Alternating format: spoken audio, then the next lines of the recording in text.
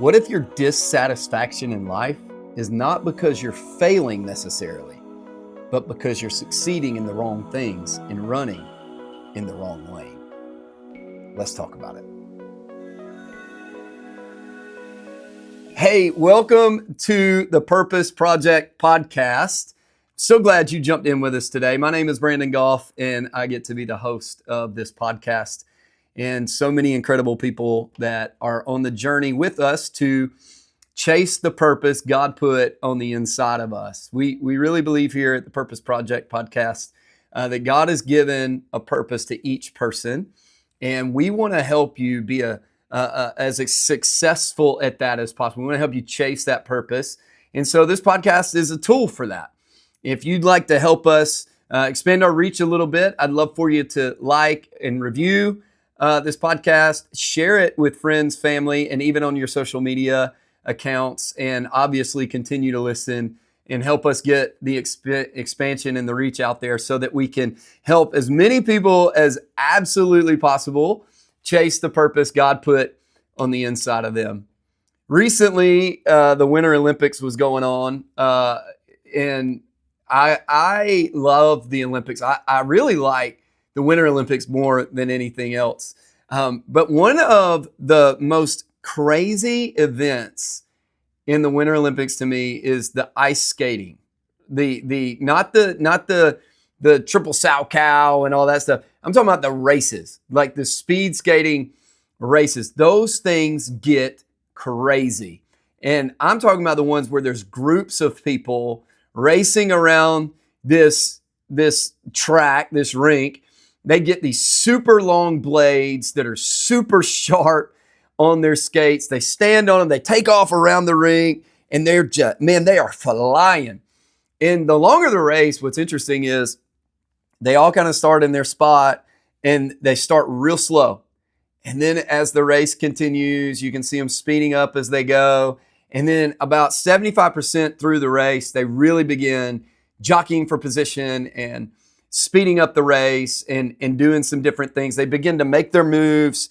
And really what happens is they all start to speed up and they all start to make their moves together. They begin to clump together, and they get in this, they start to intersect lanes and go into each other's lane and get in each other's space. And they're all fighting for position while they're flying around on ice on a sharp blade while being inches so close to other competitors, and they're dodging elbows and they're trying to get around, and some are taking the outside and some are taking the inside, and then they'll bump through and get through two people that are side by side. It's crazy to watch.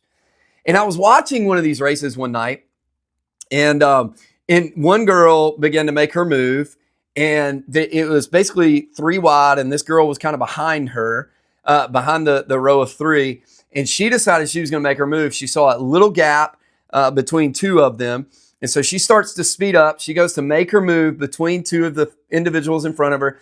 And I don't know if the skate caught, she caught her own skate or she just lost her balance, but somehow she fell. She fell forward, and the skate of the girl that was diagonally to her right in front of her, the back of the skate caught her in the face. And I remember I was like, oh my goodness, this cannot be good. And you've probably seen the clip floating around because it did go viral. But the skate hits her right below her right eye. I thought when I was watching it, I thought it got her eye. I thought that skate has cut her eye. She's going to lose her sight. She's going to lose her eye. She got so fortunate that in that craziness of that race and of that incident, it really hit underneath her eye and it gashed her beneath her eye, but her sight was fine. Her eye was fine. I think she needed a couple of stitches or something, but overall she was going to get out of the incident with maybe a scar, but pretty unscathed. Like it's painful, and she got a cut and a gash from it, all those things. But she got out okay. And the crazy thing was they were all so clumped together. Nobody was in their lane. They were kind of just like clumping together and just trying to make their move. They were bumping into other people. And some of us listening to this podcast today have a hard time building confidence That's a series of talks we've been in. It's building confidence in our life. Some of us are having a really hard time building confidence in our life simply because we're clumped up with too many people and we're running in somebody else's lane. And you're so clumped up with them, you feel like you can't get ahead financially because everybody else is better than you financially. You can't provide for your family like your friends do. You can't buy a house like your life group leader has done.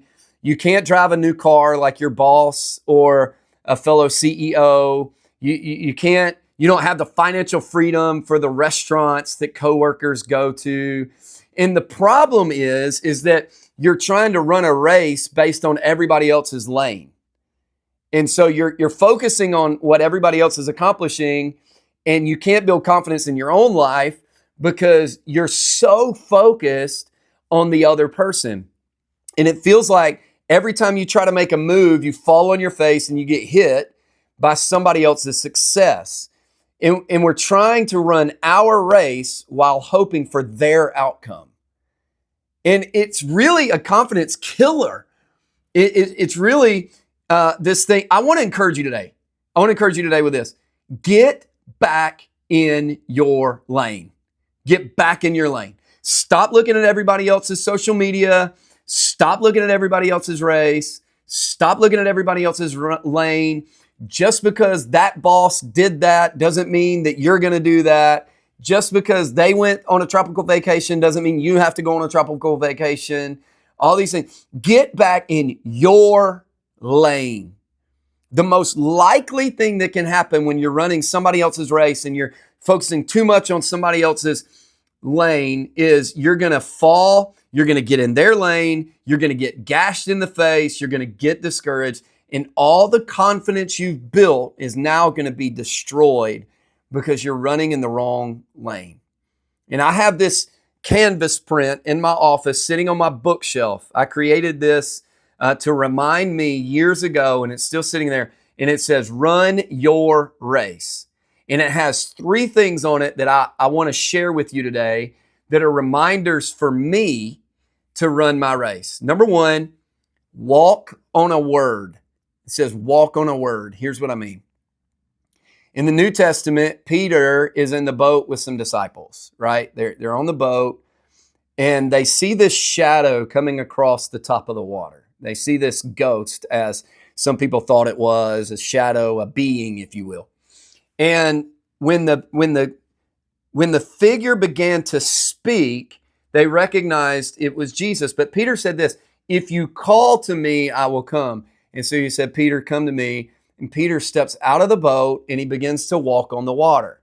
Now, if you know the story at all, you know after a few steps, he looks down, he sees the water, the instability beneath him, and he begins to lose a little bit of faith and he begins to sink. And Jesus reaches out his hand and pulls him out of the water, out of the lack of faith, and sets him back in the boat and teaches him about sustainability in his faith.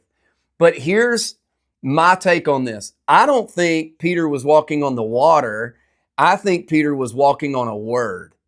He was walking on a word from the Savior. He was walking on a word from Jesus. Jesus said, come, and Peter walked. And here's the truth. Some of you can't run your race because you're not confident that Jesus has called you, that God has called you. I want to encourage you today. Come on, somebody. I'm going preacher today. I want you to walk on a word. I want you to walk on what God's called you to do. I want you to walk on the word that God's called you, because that will sustain you through unstable faith. It'll sustain you through instability in circumstances in life. It'll sustain you in hardships whenever we can walk and go, I'm not walking on successes. I'm not walking on just accomplishments. I'm not walking just on financial security. All of that is good. All of that matters. You celebrate those things and you should accomplish those things. But I'm walking on what God has said to me, and I'm going to step out of the boat of comfort. I'm going to build my confidence on the word, and I'm going to take a step today, and I'm going to walk, and I'm going to run the race. I'm going to run the lane that God has set before me. I'm not going to obsess and focus on everybody else's lane. I'm going to run mine. I just want to encourage you, get out of the boat and walk on a word. All right. Number 2, On that canvas, it says walk in the word, and then it says this, find your voice. Find your voice. What is your voice? Here's what I mean. I don't mean the tone of your voice. I don't necessarily mean the pitch of your voice. I mean, what are you passionate about? What are you good at? What just fires you up on the inside? And for me, my voice is development, leadership training, challenging people to walk in all that God has for them. That's the purpose of this podcast. That fires me up, man. That gives me life when I get to do those things. What is your voice? What is the word God's called you to? What are you passionate about? What are you good at breaking down and training others in? What is your leadership style? How do you motivate others? How do you attract others? Because there's your voice. Leaders lead others that are called to follow and serve with them. You got to know your voice, though. I had somebody early in my ministry, I was trying to find my voice, and I would try to mimic other pastors, right? The way they preach and the way they speak and the wisdom and their mannerisms and things like that. And the reality was, early in your life, you do that because that's the influences. And then the goal is not to get stuck in that. The goal is to find your voice in that, right? And I was getting stuck in it. And this pastor pulled me to the side and he looked at me and he goes, "Hey, Brandon, people are called to your voice, not you mimicking someone else's. So walk in the voice that God's given you. Be you. Run in your lane. Do what God's gifted you to do. Don't try to be somebody else." So I want to encourage you today, find your voice. Don't try to be the next Grant Cardone. Don't try to be the next great motivational speaker that's out there. Don't try to be the next Stephen Furtick. Use them as, or whoever, you fill in the name, but use them as inspirations, but don't use them as mimics. Be confident in being the best you, not a second-rate version of someone else. Be the best you. Be confident in that. Find your voice and use it. Run your race. Run in your lane. And the third thing that it says on this canvas that is a reminder to me daily, I see it every single day, it says get the right people. Get the right people. Again, I'm going back to relationships again. If you're a regular listener to this podcast, you know how much I believe in connection and relationships with people. I think it is vitally important, not just to success, but to your life, to who you are, to the confidence of chasing the purpose that God's put in you. Get the right people. Get around the right friends, bosses, managers, leaders, CEOs. Hire the right people. Get in the rooms with the right leaders that want to help you, not just brag about themselves. You become who you hang around. So get around the right people. Get the right people circling around you. Get the right people speaking life into you. Get around the right people building you up and lifting you up and building your confidence. Not just, and what that looks like, that doesn't mean that they're always patting you on the back, but it means they're challenging you in the right ways and in the right things.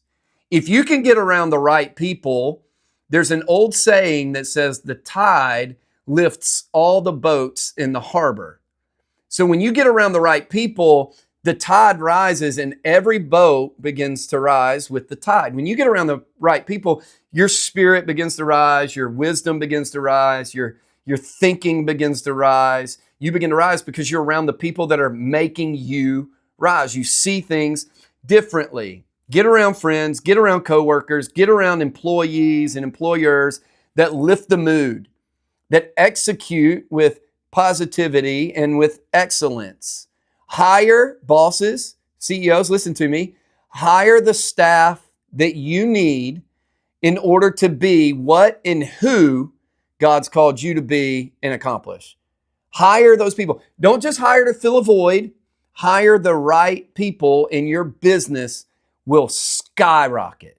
Sit in rooms with people that aren't just successful, but successful in the right ways. Now, I do believe that no matter who you are, I can learn something from you. No matter your spiritual walk, no matter where you are in character, I can learn some principles from you. Get in the rooms with people that are successful and successful in the right things. Learn from people that care about lifting others. So when you're running your race, remember this, walk on a word. God's called you. What is the word? Walk on the word. Walk on the word. Number 2, find your voice. Find your voice and use it. And then number 3, get around the right people. Get the right people in your life. Get the right people in your organization and run your race. Put down social media because everybody's showing you highlight reels while you're living behind the scenes. It's not fair. It's not real life. Stop comparing yourself to what they want you to see. Stop comparing yourself to the 17 filters they've added to something, right? Like, stop running their race. Stop trying to get in their lane. You run your lane. You walk on your word. You use your voice. You get around your right people and run your race. Building confidence will do wonders in your life, in your profession, in your marriage, in your parenting. Building confidence in your life will do wonders for that. And you can do that by running in your lane and being okay with other people running in theirs. Run your race, let them run theirs, support them in theirs, celebrate their successes. Their successes do not mean your failures. Celebrate their successes, learn from their failures, but run your race. Stop being jealous over everything that happens. Stop trying for their outcomes in your race. Get your race and run it well. You're called and you're uniquely created to do exactly what God's put inside of you to do. Now go chase the purpose God's put on the inside of you and build the confidence that I'm good at this. God's called me. I have a voice. We're going to walk this thing out and we're going to be confident in this. Remember, you matter to God and you matter to others. You have a great purpose that God placed there and you can and will change the world. Now, go get after it. I'll see you next week.